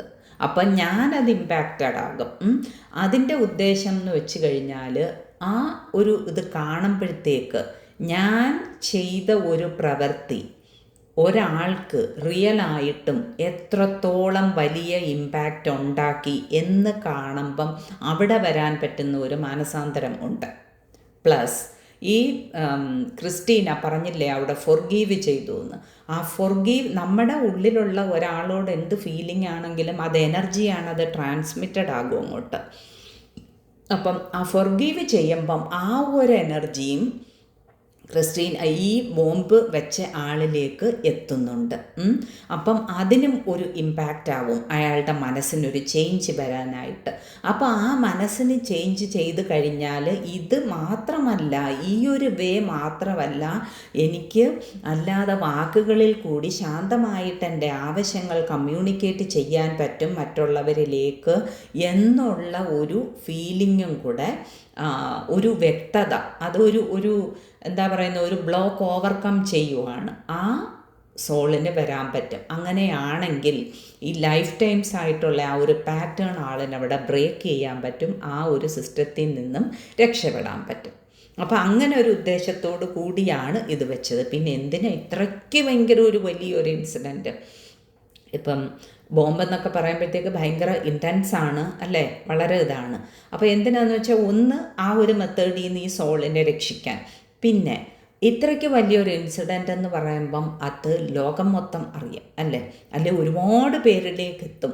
ഇങ്ങനെ ഒരു ഇൻസിഡൻറ്റ് നടന്നു, ഒരാളിന് ഇത്രത്തോളം ഡാമേജ് ഉണ്ടായി, പക്ഷേ she is back to normal, how എന്നുള്ളൊരിത് വരും. അപ്പോൾ അവർ ഒരു വാക്ക് പറഞ്ഞാൽ അല്ലെ അവരുടെ ലൈഫ് കണ്ടു കഴിഞ്ഞാൽ അത് വളരെയധികം മോട്ടിവേഷനാകും മറ്റുള്ളവർക്ക്. എനിക്ക് കൊച്ചിലെ അങ്ങനെ തോന്നിയിട്ടുള്ള ഒരാളാണ്, ഒരു ഡാൻസർ ഇല്ലായിരുന്നോ, സുധാചന്ദ്രൻ, എല്ലാവർക്കും അറിയായിരിക്കും. എനിക്ക് ആളിനെ പറ്റി കൂടുതലൊന്നും അറിയത്തില്ല, ഞാനപ്പോൾ സ്കൂളിൽ പഠിക്കുന്ന സമയം, ബട്ട് സ്റ്റിൽ ഓർമ്മയുണ്ട്. നല്ല ഡാൻസറായിരുന്നു, പക്ഷെ ഒരു കാല് മുറിക്കേണ്ടി വന്നു അല്ലേ. അത് കഴിഞ്ഞിട്ട് വെപ്പുകാല് വെച്ചും കൊണ്ട് ഡാൻസ് കളിക്കാൻ തുടങ്ങിയായിരുന്നു. അപ്പോൾ ആ ഒരു ന്യൂസൊക്കെ അങ്ങോട്ട് കണ്ടപ്പോഴത്തേക്കുണ്ടല്ലോ ഭയങ്കര ഒരു ആരാധനയാണ് തോന്നുന്നത്. ആരാധന മാത്രമല്ല, അത്രയും കൊച്ചായിട്ട് പോലും മനസ്സിൽ തോന്നിയ ഒരു കാര്യമുണ്ട്. അപ്പോൾ ഇത്രയ്ക്ക് വലിയ കാര്യമാണെങ്കിൽ പോലും ആ മനസ്സിൻ്റെ ഒരു പിടിയുണ്ടെങ്കിൽ അതിനൊരു സൊല്യൂഷൻ ഉണ്ട്. അപ്പം ആ ഒരു വിശ്വാസം, അപ്പോൾ ഇങ്ങനെ കാണുന്ന ജീവിതങ്ങൾ അതും കൂടെ കാണിക്കുന്നത്. അപ്പോൾ അങ്ങനെയും കൂടെ ഒരു പർപ്പസ് ക്രിസ്റ്റീനയ്ക്ക് ഉണ്ടായിരുന്നു. അപ്പോൾ പറയുന്നത് ഈ ആക്സിഡൻറ്റ്സ് അല്ലെങ്കിൽ മേജർ ഇവൻറ്റ്സ് ഇൻ ലൈഫ് എന്നൊക്കെ പറയുന്നത് ഒരു റാൻഡം ഇവൻ്റ് അല്ല, അത് ചുമ്മാ വന്നങ്ങ് സംഭവിക്കുന്നതല്ല. ഇതിൻ്റെ എല്ലാം പിന്നിൽ ഒരു പർപ്പസ് ഉണ്ട്. അവിടെ നമുക്കൂടെ ഒരു മെസ്സേജ് ഉണ്ട്. ഓരോ കാര്യങ്ങൾ കണ്ടിട്ട് നമ്മൾ പുറമേ നിന്ന് ജഡ്ജ് ചെയ്യണ്ട. നമ്മൾ പല കാര്യങ്ങളിൽ കണ്ടു അത് ഇതിൻ്റെ എല്ലാത്തിൻ്റെ കാര്യം അവരുടെ ലൈഫ് പ്ലാൻ അല്ലെങ്കിൽ ആ ബിഗർ പിക്ചർ ഓഫ് ലൈഫ് എന്താണെന്നുള്ളത് നമ്മൾ അറിയുന്നില്ല. പിന്നെ വേറൊരു കാര്യം എന്ന് വെച്ചാൽ ഇവിടെ ക്രിസ്റ്റീന ആ വിക്ടിമൈസേഷൻ, ഞാൻ വിക്ടിം അല്ലെങ്കിൽ വൈ മീ, അയ്യോ എനിക്കിങ്ങനെ പറ്റിപ്പോയല്ലോ എന്നുള്ള ഒരു മനസ്സിൻ്റെ ഒരു ലെവലിൽ നിന്നും മാറി അതങ്ങനെ സംഭവിച്ചു, അതുകൊണ്ട് എനിക്ക് ഇത്രയൊക്കെ പറ്റി, അല്ലെങ്കിൽ പോട്ടെ നമ്മൾ ഫൊർഗീവ്നെസ്സിൻ്റെ പറഞ്ഞതുപോലെ അവരുടെ അറിവിൻ്റെ തലത്തിൽ നിന്നുള്ള കാര്യങ്ങൾ അവർ ചെയ്യുന്നു. ഒരുപക്ഷെ ഇതെൻ്റെ കർമ്മയായിരിക്കാം, അതല്ലെങ്കിൽ എനിക്കിവിടെ പഠിക്കാനുള്ള കുറേ കാര്യങ്ങളുണ്ടായിരിക്കാം. അപ്പോൾ ആ വ്യക്തി എന്നെ അതിന് ഹെൽപ്പ് ചെയ്യുക ചെയ്തത്. പിന്നെ ഇതൊന്നും പോരാങ്കിലും എനിക്ക് എന്താ പറയുന്നത്, ഞാൻ ഫൊർഗീവ് ചെയ്തില്ല, ഞാൻ ദേഷ്യവും വെറുപ്പും ഒക്കെ മനസ്സിൽ വെച്ചും കൊണ്ടിരിക്കുവാണ്, എൻ്റെ ഉള്ളിലുണ്ടാകുന്ന ചേഞ്ചസ് അസുഖങ്ങളിലേക്ക് നയിക്കത്തക്ക രീതിക്കുള്ള ചേഞ്ചസ്, ബേസിക്കലി എനിക്ക് ഡാമേജ്. എങ്ങനെ നോക്കിയാലും മറ്റൊരാളോട് ക്ഷമിക്കാതെ ദേഷ്യം കൊണ്ടിരിക്കുമ്പോൾ അതെനിക്ക് തന്നെയാണ് ഡാമേജ്. നമ്മളിപ്പം ജീവിതത്തിൽ ഒരു ബുദ്ധിമുട്ടുണ്ടായി, അപ്പം നമ്മൾ അതിൽ തന്നെ ഫോക്കസ് ചെയ്തിരിക്കുമ്പോൾ വാസ്തവത്തിൽ എന്താ സംഭവിക്കുന്നതെന്ന് വെച്ചാൽ, നമ്മൾ റോഡിൽ ഡ്രൈവ് ചെയ്ത് പോവുകയാണെന്ന് വെച്ചോ, പുറകിലൊരു ആക്സിഡൻറ്റ് കണ്ടു. നമ്മൾ വണ്ടി ഓടിക്കുന്നതിലൊന്നും അല്ല ശ്രദ്ധിക്കുന്ന, മിററിൽ കൂടെ, റിയർവ്യൂ മിററിൽ കൂടെ നമ്മൾ ആ ബാക്കിൽ ആ ഇൻസിഡൻറ്റ് നടന്ന സ്ഥലത്തോട്ട് മാത്രം ഫോക്കസ് ചെയ്ത് പോവുക. എന്താ പറ്റുന്നത്? ഒന്നുകിൽ നമ്മുടെ വണ്ടി എവിടെയെങ്കിലും ചെന്നിടിക്കും, അതല്ലെങ്കിൽ നമ്മുടെ വണ്ടി ഒരു മേജർ ആക്സിഡൻറ്റിൽ തന്നെ കയറാം. അവിടെ നമുക്ക് എന്ത് സംഭവിക്കാം? അതുപോലെയാണ് നമ്മുടെ ജീവിതത്തിൽ ഉണ്ടായിട്ടുള്ള ഇൻസിഡൻസ്. അത് വളരെ ഹേർട്ട്ഫുള്ളായിരിക്കാം, വിഷമമില്ലെന്നൊന്നുമല്ല, വളരെ ഹേർട്ട്ഫുള്ളായിട്ടുള്ള ഒരു സിറ്റുവേഷനെ പറ്റി ഓർത്ത് നമ്മളെല്ലാം ചെയ്യുന്ന കാര്യമാണ് അല്ലേ, ഓർത്ത് അതിനെപ്പറ്റി പരിതപിച്ച് ആ ഒരു കുഴി കിടന്ന് എന്താ സെൽഫ് പിറ്റി, സഹതാപം, അയ്യോ ഞാൻ പാവം എനിക്കിത് വന്നല്ലോ, ഞാനൊന്നും ചെയ്തില്ലല്ലോ എന്നുള്ള ആ ഒരു കുഴി കിടന്ന്, ആ കുഴിയിൽ എത്രത്തോളം ചെളിയുണ്ട്, അതെത്രത്തോളം സ്മെല്ലുണ്ട് എന്നൊക്കെ പറഞ്ഞ് അതിൻ്റെ നെഗറ്റീവ്സ് കണ്ട് കിടക്കുന്നേ അല്ലാതെ പുറമേക്ക് വരാതിരിക്കാൻ നോക്കിയാൽ അവിടെ കിടക്കത്തേ ഉള്ളൂ. അവിടെ നമ്മൾ മുന്നോട്ട് നീങ്ങുന്നില്ല. അതിന് പകരം ശരി സംഭവിച്ചു, നൗ വാട്ട്, പറ്റിയത് പറ്റി, അത് വാട്ട് എവർ റീസൺ അത് നടന്നു, ഇനി എന്താണ് മുന്നോട്ട് എന്നുള്ള ഒരു ചിന്തയാണ് അവിടെ നമുക്ക് വേണ്ടുന്നത്. അപ്പോഴാണ് നമുക്ക് ലൈഫിൽ മുന്നോട്ട് പോകാൻ പറ്റുന്നത്. അത് തന്നെയാണ് ഫോർഗീവ്നെസ്സിൻ്റെയും ഗ്രാറ്റിറ്റ്യൂഡ്. ഇത് രണ്ടും നമുക്ക് നല്ല പോസിറ്റിവിറ്റി നമുക്ക് ഉള്ളിൽ തരുന്ന കാര്യങ്ങളാണ്. അപ്പം ഇങ്ങനെയുള്ള സിറ്റുവേഷൻ, അതായത് ഈ ഇത്രത്തോളം വലിയ സിറ്റുവേഷൻസ് വന്നാൽ പോലും അതിൻ്റെ പിന്നിലൊരു റീസൺ ഉണ്ടാകാം എന്ന് നമ്മൾ വിചാരിക്കുക. ഒരു മേജർ ഭയങ്കര ബുദ്ധിമുട്ട് വരുമ്പോൾ ശരിയാണ്, സങ്കടം ഉണ്ടാകും. വളരെ ഹേർട്ട് ചെയ്തവരോട് ക്ഷമിക്കുക എന്ന് പറയുമ്പം, എന്നെ ഇത്രത്തോളം ദ്രോഹിച്ചിട്ട് എനിക്കാണ് നൊന്തത്, എനിക്കാണ് ഡാമേജ് വന്നത്, എന്നിട്ട് ഞാൻ ക്ഷമിക്കണോ എന്ന് ചോദിച്ചു കഴിഞ്ഞാൽ, നമ്മൾ ഒരാളോട് ക്ഷമിക്കുന്നു എന്ന് പറയുമ്പം യാതൊരു തരത്തിലും നമ്മൾ അവരുടെ മിസ്റ്റേക്ക് ആക്സെപ്റ്റ് ചെയ്യുവല്ല, അതിനെ നമ്മൾ ന്യായീകരിക്കുന്നും ഇല്ല. തെറ്റ് തന്നെ, അതിനകത്ത് സംശയമില്ല. പക്ഷേ ഇവിടെ നമ്മൾ നമ്മുടെ ഭാഗം നോക്കുന്നു. അതായത് നമുക്ക് ചേഞ്ച് ചെയ്യാൻ പറ്റുന്ന ഒരൊറ്റ ആളേ ഉള്ളൂ നമ്മൾ, വേറെ ആരെയും നമുക്ക് ചേഞ്ച് ചെയ്യാൻ പറ്റില്ല. അവരവർ വിചാരിക്കണം. ഇപ്പോൾ വേറൊരാൾ വന്ന് നിന്ന് നമ്മളോടൊരു കാര്യം തുടരെ പറഞ്ഞാലും നമുക്ക് തോന്നണം അത് മാറ്റണോ, അല്ലെ അവർ പറയുന്ന രീതിക്ക് ചെയ്യണോ വേണ്ടയോ എന്നുള്ള കാര്യം. അല്ലാത്തിടത്തോളം പറ്റില്ല അല്ലേ. അതുപോലെ വേറൊരാളെയും നമുക്ക് ചേഞ്ച് ചെയ്യാൻ പറ്റില്ല. അപ്പം നമുക്ക് നമ്മളിൽ ഫോക്കസ് ചെയ്യാം. നമ്മൾ ക്ഷമിക്കുമ്പം അല്ലെ നമുക്കതിനോടൊരു നന്ദി ഉണ്ടാവും, നമ്മളുടെ പോസിറ്റിവിറ്റി കൂടുന്നു, നമ്മുടെ സോളിൻ്റെ എവല്യൂഷൻ അത് ഡെഫിനറ്റ്ലി ഹെൽപ്പ് ചെയ്യുന്നു. അതേസമയം വെറുപ്പാണെങ്കിൽ നേരെ ഓപ്പോസിറ്റ് വഴിയെ.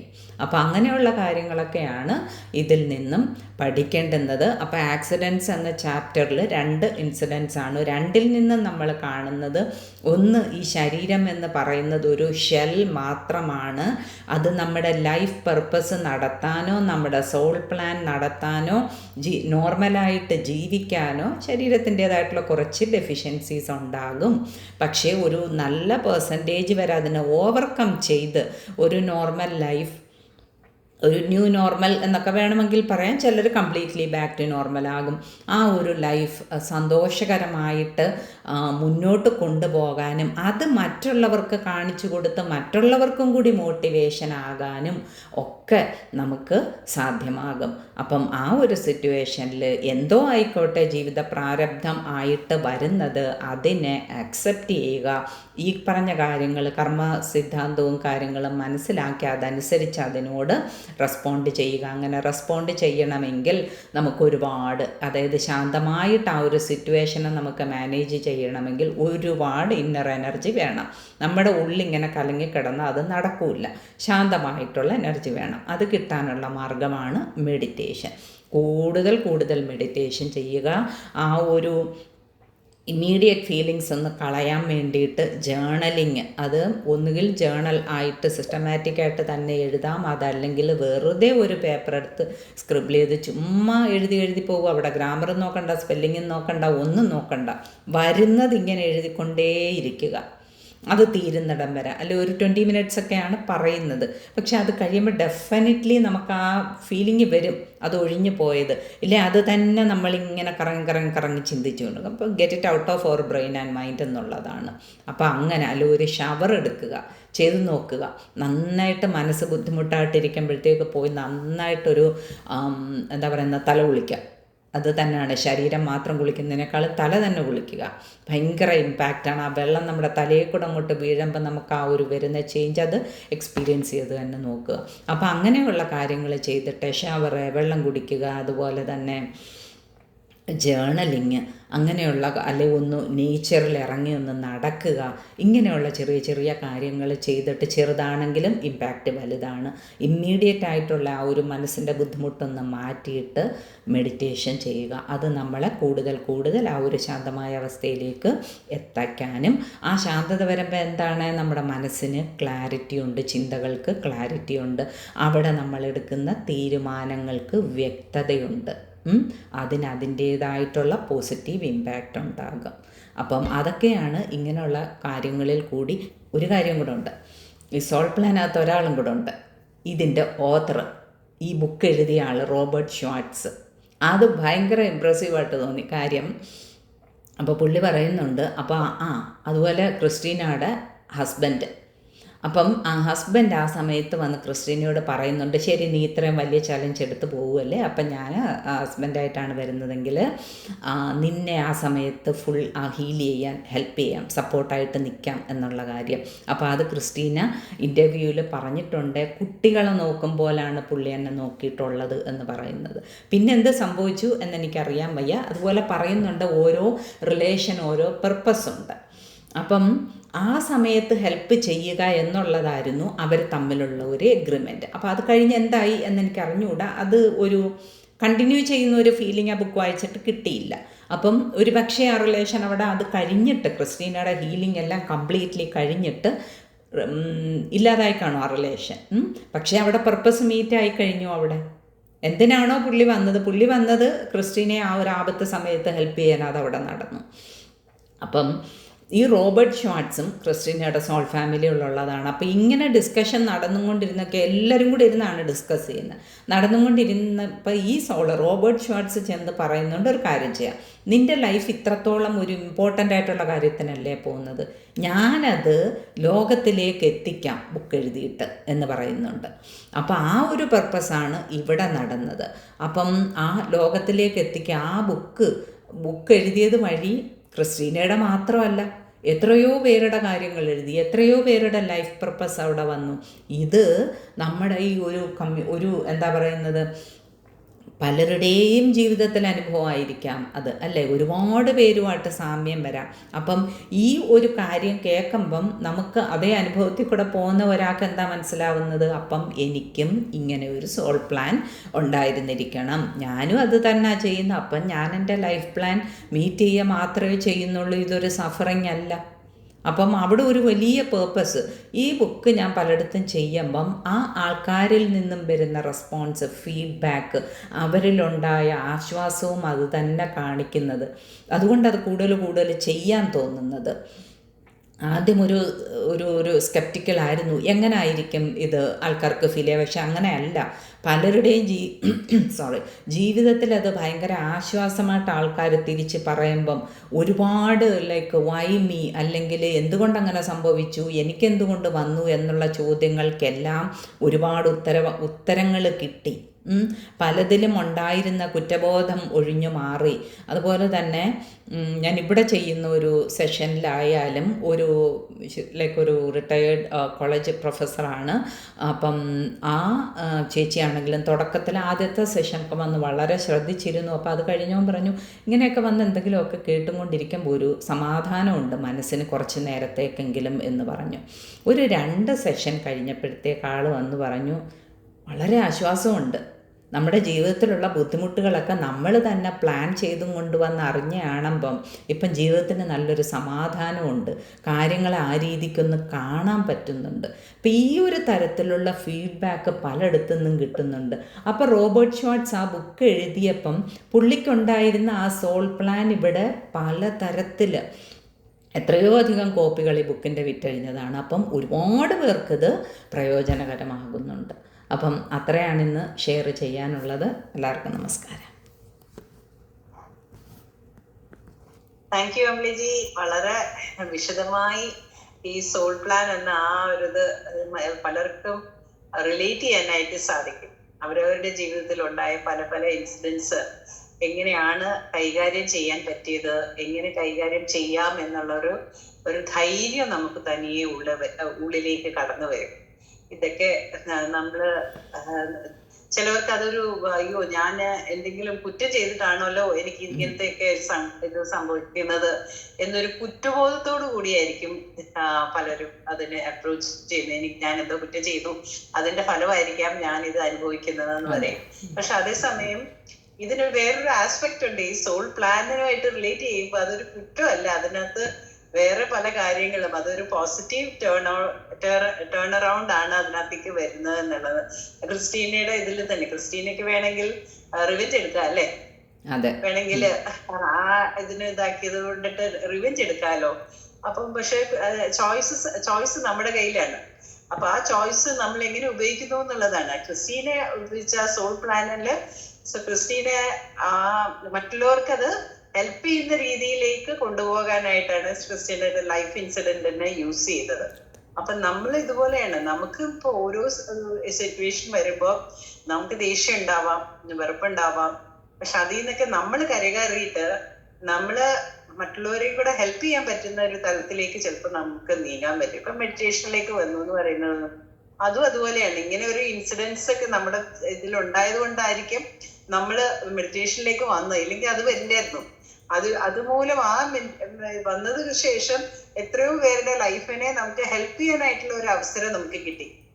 നമുക്കിപ്പോ ഇവിടുന്ന് ഓരോ ലോകത്തിന്റെ ഓരോ കോണിലിരിക്കുന്നു, പക്ഷെ എത്രയോ പേരെ ടച്ച് ചെയ്തു. ഇപ്പൊ അമ്മയുടെ കാര്യം പറഞ്ഞതുപോലെ, സൗമ്യമ്മയുടെ കാര്യം പറഞ്ഞതുപോലെ, എത്ര ദൂരത്തിരുന്നാലും ആ പറഞ്ഞ വാക്കുകൾ 2 പ്രാവശ്യം കേട്ട് മനനം ചെയ്ത് അതിൽ കൂടെ അമ്മ ആശ്വാസം കണ്ടെത്തി. അപ്പൊ ഇത് വാക്കുകൾ മാത്രമല്ല, വെറുതെ ഒരു കഥ പറയുന്നതല്ല, ഇത് പലതിനെയും കണക്ട് ചെയ്യുന്ന ഒരു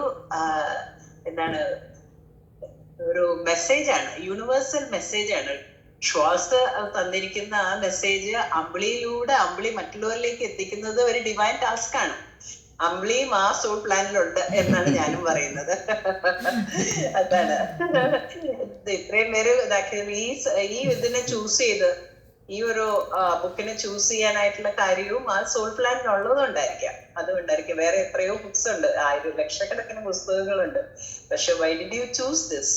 അപ്പൊ എവിടെയോ ഒരു കണക്ഷൻ അവിടെ അതിനോട് ഞാൻ ചേർത്തിട്ട് പറയുന്നത്. Thank you so much. ഞങ്ങൾ എല്ലാവരെയും ഇങ്ങനത്തെ പല പല കാര്യങ്ങളെ ലളിതമായിട്ട് വളരെ ക്ലാരിറ്റിയോടും കൂടി പറഞ്ഞു തരുന്നതിന് thank you. PMC Malayalam we are very grateful for your ഇങ്ങനത്തെ ഇത് ഷെയർ ചെയ്യുന്നത്. Thank you. സന്തോഷം ചേച്ചി, സന്തോഷം. എല്ലാവരോടും താങ്ക് യു. സുധാചന്ദ്രന്റെ കാര്യം പറഞ്ഞില്ലേ, സുധാചന്ദ്രന്റെ കാര്യം. സുധാചന്ദ്രൻ ഞാൻ അടുത്തറിയുന്ന ഒരു വ്യക്തിയാണ്. എന്താ വെച്ചാൽ എന്റെ അച്ഛന്റെ അനിയന്റെ ബിൽഡിങ്ങിലാണ് ആ കുട്ടി താമസിക്കുന്നത്, ചന്ദ്രൻ, സുധയുടെ അച്ഛൻ. അപ്പൊ ഈ ആക്സിഡന്റ് നടക്കുമ്പോ ഞാൻ ഉണ്ട് ആ ബിൽഡിങ്ങില്, പക്ഷെ കിട്ടുന്നില്ല അന്ന്.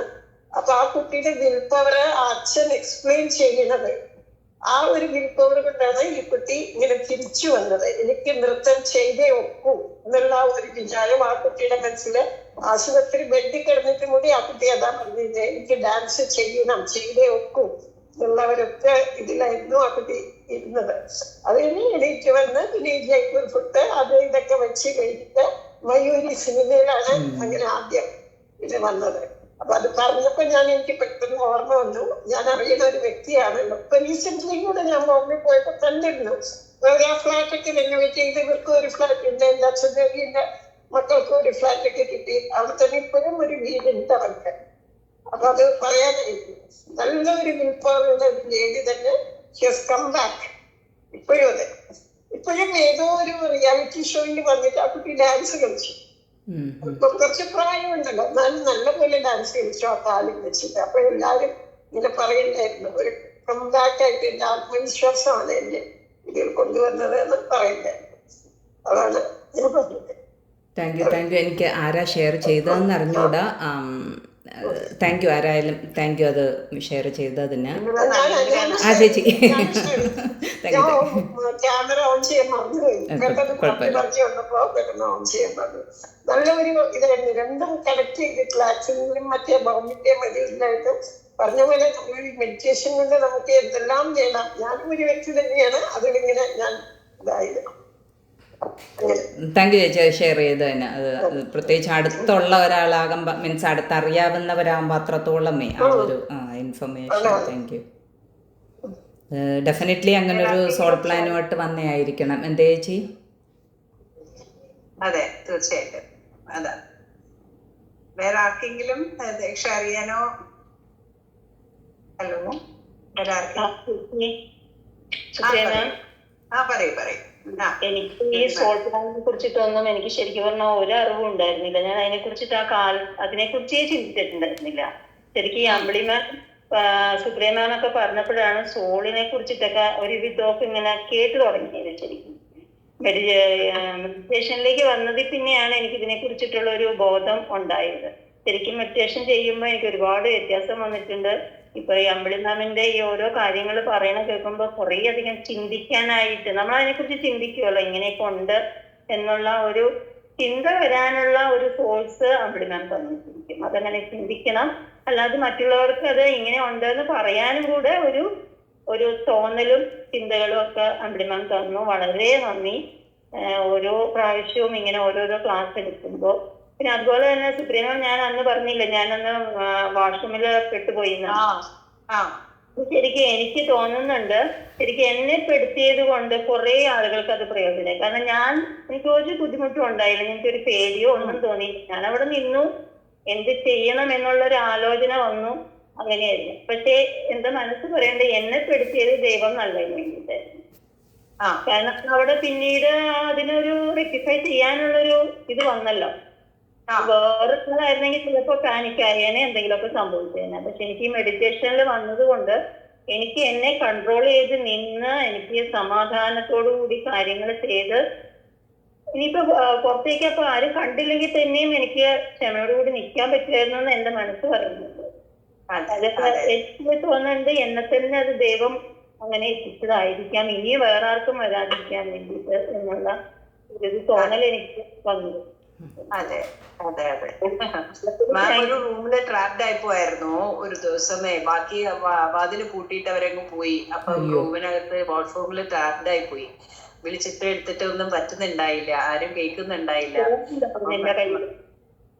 മാം അവസാനം മാമിന്റെ തോട്ട് പവർ കൊണ്ട് അവിടെ ഏതോ ഒരാള് വന്നിട്ട് പുള്ളിക്ക് എന്തോ ഒരു അനക്കം പോലെ തോന്നിയിട്ട് പുള്ളി നോക്കിയപ്പോഴാണ് ഇങ്ങനെ ഒരു സംഭവം എന്ന് മനസ്സിലായി പുള്ളി തുറന്നത്. അപ്പൊ ആ പവർ ഓഫ് മൈൻഡ്, അത് മാമിന്റെ ഇത് കൊണ്ടിട്ട് ആ പുള്ളി ഇങ്ങോട്ടേക്ക് വരാനും അത് ഓപ്പൺ ചെയ്യാനും ആയിട്ടുള്ള സാഹചര്യം ഉണ്ടായി. അപ്പൊ അതുവഴി ഇപ്പം ഇനി വേറെ ആൾക്കും അത് സംഭവിക്കരുത് എന്നൊരു രീതിയിൽ അവിടെ റെക്ടിഫൈ ചെയ്യാനായിട്ടുള്ള സ്റ്റെപ്സ് എടുത്തു എന്നുള്ളതാണ് മാം പറഞ്ഞത്. അപ്പൊ ഓരോ ഇൻസിഡൻസിനും അതിൻ്റെതായ റീസൺ ഉണ്ട്, അതിൻ്റെതായ പ്ലാൻ ഉണ്ടെന്നുള്ളത് ഇപ്പൊ എല്ലാവർക്കും മനസ്സിലായി.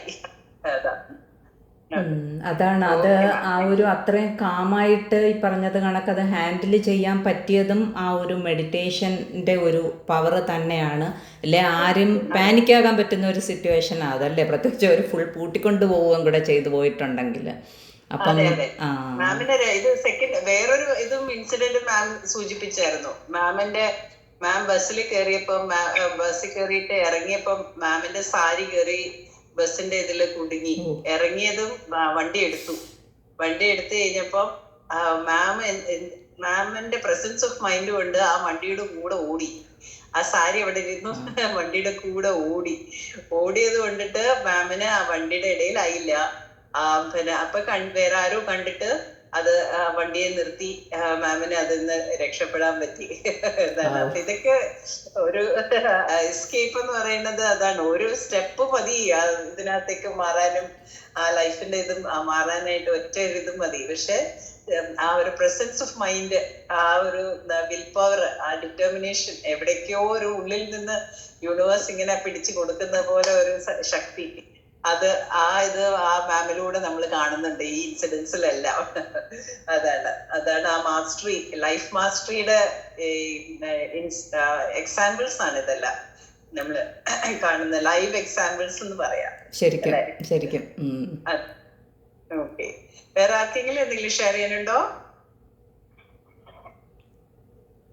ഷെയർ ചെയ്യാനല്ല, ഇപ്പൊ അമ്പിളി മാം പറഞ്ഞ സോൾ പ്ലാൻ ഉണ്ടല്ലോ. ഇപ്പൊ ഞാനെന്നൊരു വ്യക്തി ഭൂമിയിൽ ജനിക്കുന്നു. അപ്പൊ എനിക്ക് ജനിക്കുമ്പോഴേ തന്നെ ഇങ്ങനെ അസുഖവും കാര്യങ്ങളായിട്ട് ഫുൾ ബെഡിലാണെന്നുള്ളൊരിത്. അപ്പൊ നമ്മളിപ്പം അപ്പൊ അച്ഛനും അമ്മയും നോക്കണം, സിസ്റ്റേഴ്സ് നോക്കണം, നമ്മുടെ റിലേറ്റീവ്സ് ഒക്കെ വിഷമിക്കുമല്ലോ ഞാൻ കാരണം.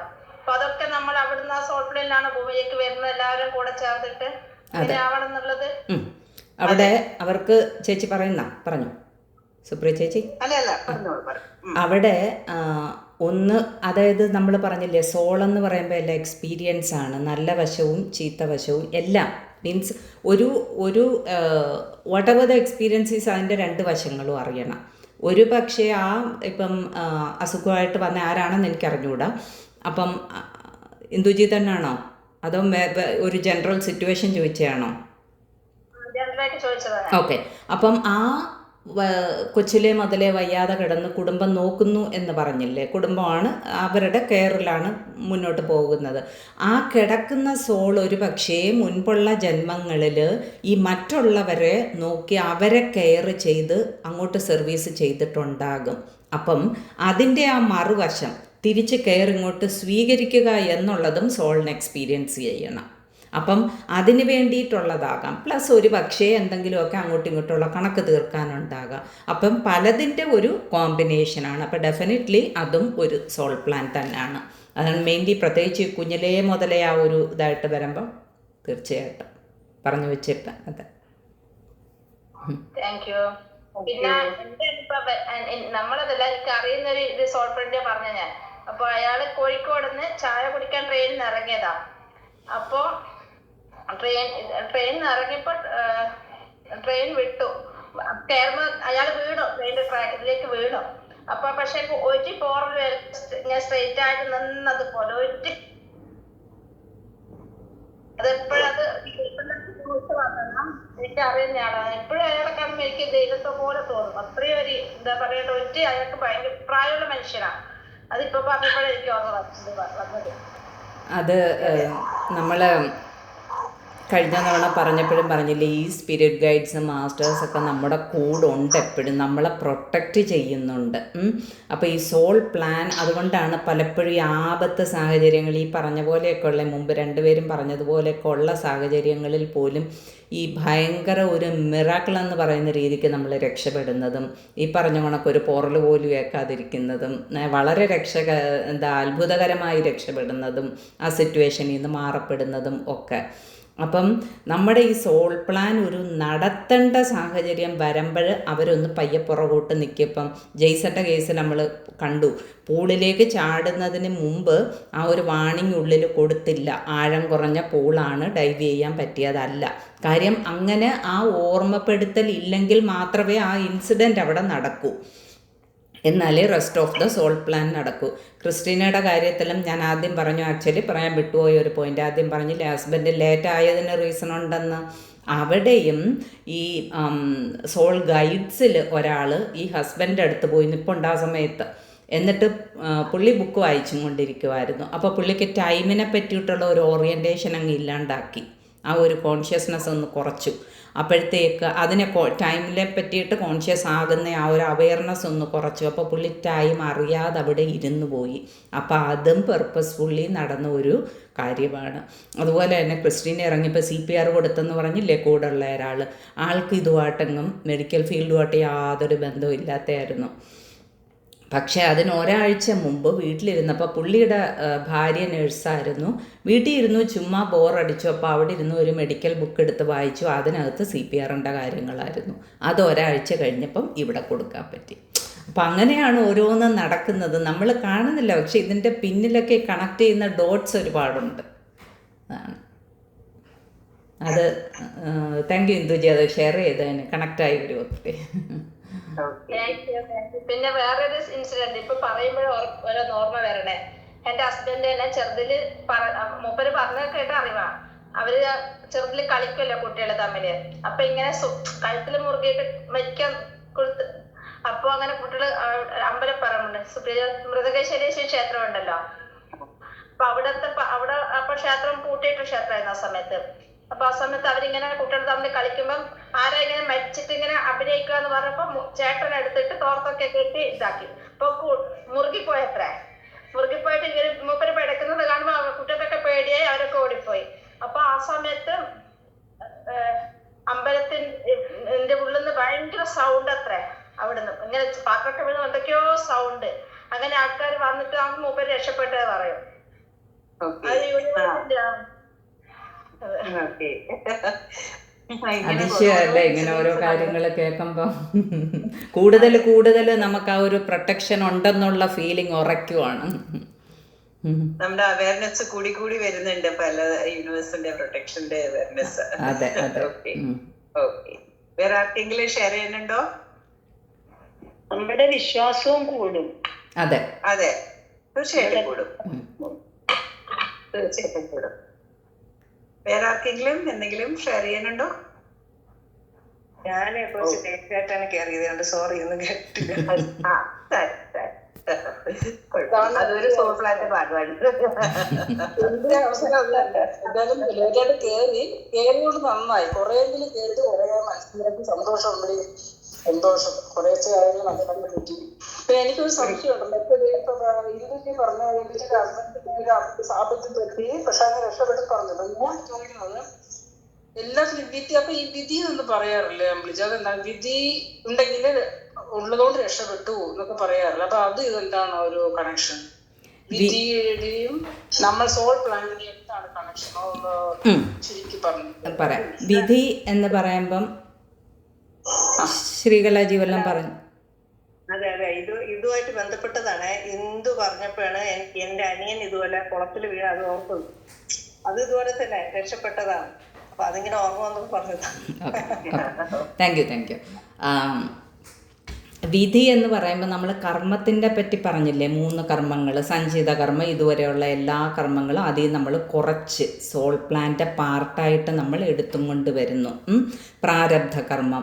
ആ പ്രാരബ്ധ കർമ്മം എന്ന് പറഞ്ഞാൽ അത് ഡെസ്റ്റൈൻ ടു ഹാപ്പൻ ആൻഡ് അതിനെ പറയുന്നത് ഡെസ്റ്റിനി, ഫെയ്റ്റ്, വിധി. പക്ഷേ അവിടെ ശരിക്കും പറഞ്ഞാൽ ആ പ്രാരബ്ധ കർമ്മം വിധി എന്ന് പറയുമ്പോൾ അവിടെ സ്ക്രിപ്റ്റ് അവിടെ ഉണ്ട്, നടക്കാനുള്ളതാണ്. പക്ഷേ നമുക്ക് ഫ്രീ വില്ലുണ്ട് അവിടെ മാറ്റാനായിട്ട്. ഫസ്റ്റ് ഓഫ് ഓൾ നമ്മൾ ജനിച്ചു കഴിയുമ്പോൾ ഇതെല്ലാം മറന്നു പോകുന്നു. അപ്പോൾ പിന്നെ ഒരു ഗൈഡൻസും കാര്യങ്ങളും അനുസരിച്ച് അതല്ലെങ്കിൽ നമ്മുടെ ലൈഫ് ഇങ്ങനെ അങ്ങ് മൂവ് ചെയ്യുകയാണ്. അപ്പോൾ വിധിയിൽ തന്നെ 3 തരത്തിൽ കർമ്മങ്ങൾ ഉണ്ടെന്നാണ് പറയുന്നത്. ദൃഢകർമ്മം, അദൃഢകർമ്മം, അദൃഢകർമ്മം. ഈ അദൃഢകർമ്മം എന്ന് പറഞ്ഞു കഴിഞ്ഞാൽ വളരെ വീക്കാണ്. അതായത് ചുമ്മാ വെള്ളത്തിൻ്റെ മുകളിൽ നമ്മൾ എന്തെങ്കിലും ഒന്ന് വരച്ച് കഴിഞ്ഞാൽ അത് ഒരു ഓളം വരുമ്പോൾ അങ്ങ് പോകില്ലേ, അതുപോലെയുള്ളൂ. അപ്പോൾ അത്രത്തോളം ഈസി ആയിട്ട് നമുക്ക് മറികടക്കാൻ പറ്റുന്നതായിരിക്കും. പിന്നെ അദൃഢകർമ്മം എന്ന് പറഞ്ഞാൽ കുറച്ചും കൂടി കട്ടിയായിരിക്കും. ഇപ്പോൾ ഒരു മണ്ണിൽ നമ്മളൊരു വര വരച്ചു, അപ്പോൾ അത് കുറച്ചൊരു എഫേർട്ട് എടുക്കും അത് മാറാനായിട്ട്, അല്ലേ? വെള്ളത്തിൻ്റെ അത്രയും പോവില്ല. അപ്പോൾ അതേപോലെയുള്ള ജീവിത സാഹചര്യങ്ങളായിരിക്കും അവിടെയും നമുക്കതിനെ ഓവർകം ചെയ്യാനുള്ള സാഹചര്യങ്ങളുണ്ടാവും. ആ ദൃഢകർമ്മം എന്ന് പറയുമ്പോഴത്തേക്ക് അതിൽ നിന്ന് നമുക്കൊരു നീക്കുപോക്കില്ല. അത് ഒരു പക്ഷേ നമ്മൾ തന്നെ പ്ലാൻ ചെയ്തിട്ടുണ്ടാവും. നമ്മൾ ജെയ്സൻ്റെ കാര്യം പറഞ്ഞില്ലേ, കഴിഞ്ഞ 4 ജന്മങ്ങളിൽ ആത്മീയമായി പുരോഗതി ഉണ്ടാവുക, ലിബറേഷൻ അല്ലെങ്കിൽ മോക്ഷം എന്ന ലക്ഷ്യത്തിൽ എത്തുക എന്നുള്ള ഒരു ഇതിലാണ് വന്നത്. പക്ഷെ 4 തവണയും മെറ്റീരിയൽ കാര്യങ്ങളിൽ ഇൻവോൾവായി ആ പാതയിലേക്ക് കയറിയതേ ഇല്ല, മുമ്പിൽ വന്നെങ്കിൽ പോലും. അപ്പം ഈ ജന്മത്തിന് മുമ്പ് ജെയ്സൺ സ്പിരിറ്റ് ഗൈഡ്സിനോട് പറഞ്ഞ് എന്ത് തന്നെ ആയാലും ഈ ജന്മത്തിൽ എനിക്കത് നടത്തിയേ പറ്റൂ, ഈ ബോഡിക്കും മനസ്സിനും അപ്പുറമാണ് എൻ്റെ സോൾ എന്നുള്ളത് എനിക്ക് മനസ്സിലാകണം. അപ്പോൾ അതിന് വേണ്ടിയിട്ടാണ് ശരീരത്തിൻ്റെ തന്നെ പാരലൈസ്ഡ് ആക്കുന്ന ഒരു ലെവലിലോട്ട് പോയത്. അപ്പോൾ അവിടെ നിന്ന് ഒരു നീക്കുപോക്കില്ല, നമുക്ക് അങ്ങോട്ടും ഇങ്ങോട്ടും മാറാനില്ല. അതുപോലെ തന്നെ പറയും, അത് ചില റിലേഷൻസിൻ്റെ കാര്യം പറയും, പ്രത്യേകിച്ചും ചില വിവാഹബന്ധം എന്ന് പറയുമ്പം എല്ലാം വരാം, എല്ലാ തരത്തിലും വരാൻ, നല്ലതായിട്ട് ജീവിക്കുന്നവരുമുണ്ട്, സന്തോഷമായിട്ട്. ചിലർ വിവാഹം കഴിഞ്ഞാണ് നന്നായിട്ട് ജീവിക്കുന്നത് അല്ലേ, അത് കഴിഞ്ഞ് മൊത്തത്തിൽ തകർന്നു പോകുന്നവരുമുണ്ട്. അപ്പം മാരേജസിൻ്റെ അല്ലെ ആ ഒരു റിലേഷൻഷിപ്പിൻ്റെ ഇൻറ്റൻസിറ്റി എന്ന് പറയുന്നത് ഈ സോൾ പ്ലാൻ ചെയ്യുമ്പോൾ നമുക്ക് ഒരാളുമായിട്ട്, ഒരു സോളുമായിട്ട് നല്ലൊരു കുറേ അധികം കണക്കുകളുണ്ടെന്ന് വെച്ചു. അപ്പം നമുക്ക് ഓപ്ഷൻ കിട്ടുവാണ്, ഒരു 10 ജന്മമോ 20 ജന്മമോ സുഹൃത്തുക്കളായിട്ടോ സഹോദരങ്ങളായിട്ടോ അതല്ലെങ്കിൽ വേറെ ബോസായിട്ടോ എന്തെങ്കിലുമൊക്കെ റിലേഷനിൽ വന്നിട്ട് കുറേശ്ശെയായി കണക്ക് തീർക്കുന്നോ, അതോ ഭാര്യയും ഭർത്താവുമായിട്ട് പോയി ഒരൊറ്റ ജന്മം കൊണ്ട് തീർക്കുന്നു. അത്രത്തോളം ഇൻറ്റൻസാണ് മാരേജസ് എന്ന് പറയുന്നത്. നമുക്ക് കാണാം, ജീവിതം ശ്രദ്ധിച്ചു കഴിഞ്ഞാൽ അല്ലെ, എത്രത്തോളം കാര്യങ്ങൾ അഡ്ജസ്റ്റ്മെൻറ്റും പൊരുത്തപ്പെടലുകളും നമ്മുടെ വ്യൂ പോയിൻറ്റ്സ് മാറ്റലും ഒരുപാട് കാര്യങ്ങൾ വേണ്ടി വരും. അപ്പം അവിടെയും നമുക്ക് ഫ്രീ വില്ലുണ്ട്, ഒഴിഞ്ഞു പോകാനുള്ള ചോയ്സ് നമുക്ക് അവിടെ ഉണ്ട്. പക്ഷെ ചിലരെ നമ്മൾ കാണും ലിറ്ററലി കുടുങ്ങിക്കിടക്കും, പോകാനുള്ള ചോയ്സ് ഉണ്ടേ പോലും അവർ പോകില്ല. അതല്ലെങ്കിൽ യാതൊരു തരത്തിലും ഒരു വേ ഔട്ട് ഇല്ല, അതിൽ നിന്ന് പുറത്ത് കടക്കാൻ മാർഗമില്ല എന്നുള്ള ഒരു സാഹചര്യത്തിൽ നിൽക്കും. അപ്പോൾ അതിനും ഇങ്ങനെ ഒരു സാധ്യത പറയുന്നുണ്ട്. അതൊരു ദൃഢകർമ്മമാകാം, നമ്മൾ തന്നെ അത് വേറൊരു ആസ്പെക്റ്റ് നമ്മൾ തന്നെ ഞാനതിൽ ഇത്രയധികം കാര്യങ്ങളാണെങ്കിലും അതിൽ നിന്നും എനിക്ക് പുറത്ത് കടക്കാൻ പറ്റരുതെന്നുള്ള ഒരു പ്ലാനും കൂടെ കൊണ്ടുവന്നതാകാം. അവിടെ കർമ്മ തീരുന്നു, പിന്നെ ആക്സെപ്റ്റൻസ്, മറ്റേ ആളെ നമ്മൾ ആക്സെപ്റ്റ് ചെയ്യുന്നു, ക്ഷമിക്കാനുള്ള ഒരു ലെവൽ, ടോളറൻസ്, അങ്ങനെ കുറേ ഫൊർഗീവ്നെസ്, ഗ്രാറ്റിറ്റ്യൂഡ്, കുറേയധികം ഹൈ ലെവൽ ഫ്രീക്വൻസി കാര്യങ്ങൾ നമുക്കവിടെ പഠിക്കാനുണ്ടാകും. അപ്പം ഇതിൻ്റെയൊക്കെ പിന്നിൽ ഒരുപാട് കാര്യങ്ങളുണ്ടെന്നാണ് പറയുന്നത്. അപ്പം ഇപ്പം 1+1=2 എന്നുള്ള രീതിക്ക് നമുക്കൊന്നും പറയാൻ പറ്റില്ല. കാര്യം ഇത് ഒരുപാട് കാര്യങ്ങളുമായിട്ട് ബന്ധപ്പെട്ട് കിടക്കുന്നു എന്നാണ് പറയുന്നത്.